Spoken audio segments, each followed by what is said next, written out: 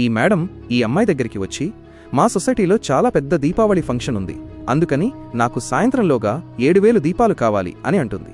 అప్పుడు ఆ అబ్బాయి, సరే మేడం గారు, నేను తెస్తాను, మీరు చింతించకండి అంటాడు.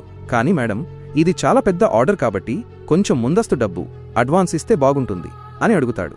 అప్పుడు ఆ మేడం కొంత డబ్బును అడ్వాన్స్గా ఇచ్చి సాయంత్రం వస్తాను అని చెప్పి వెళ్ళిపోతుంది.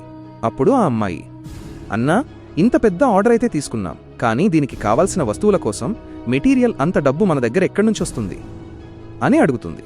దానికి ఆ అబ్బాయి, దాని గురించి నువ్వు చింతించకు, మనం మన ఇంటి యజమాని ల్యాండ్లార్డ్ దగ్గర కొంత డబ్బు అప్పుగా తీసుకుందాం, వస్తువులు అమ్మాక ఆ డబ్బు వారికి తిరిగి ఇచ్చేద్దాం అంటాడు. నేను వెళ్ళి సాయంత్రానికి అన్ని దీపాలను తీసుకువస్తాను. అప్పుడు ఆ అక్క, సిస్టర్, ఇక ఆ మేడం వస్తూ ఉండాలి కదా అంటుంది. అప్పుడా మేడం వచ్చి, నాకు మీకంటే తక్కువ ధరకు దీపాలు దొరికాయి, నా డబ్బులు నాకు తిరిగి ఇచ్చేయండి అంటుంది. అప్పుడు ఆ అమ్మాయి, దీదీ, మీ కోరిక మేరకే మేము అప్పు చేసి ఇన్ని దీపాలు తయారు చేశాం, దీనికి మేము ఎలా నష్టపరిహారం చెల్లించగలం అని అడుగుతుంది. కాని ఆమె ఒప్పుకోకుండా డబ్బు తీసుకుని వెళ్ళిపోతుంది.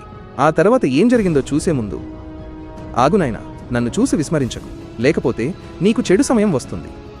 ఒక్కసారి కామెంట్లలో హర్ హర్ మహాదేవ్ అని రాసి వీడియోకి ఒక లైక్ చేసి ఛానల్ను సబ్స్క్రైబ్ చేయి, నీ ప్రతి కోరిక నెరవేరుతుంది. అప్పుడు ఒక అన్న వచ్చి 400 రూపాయలకు అన్ని దీపాలను తీసుకుపోతాడు. మరియు ఎవరికైతే ఆర్డర్ ఇచ్చారో ఆ మేడం నీ చివరి ఆర్డర్ ఇచ్చిన వాళ్ళు మోసం చేస్తారు.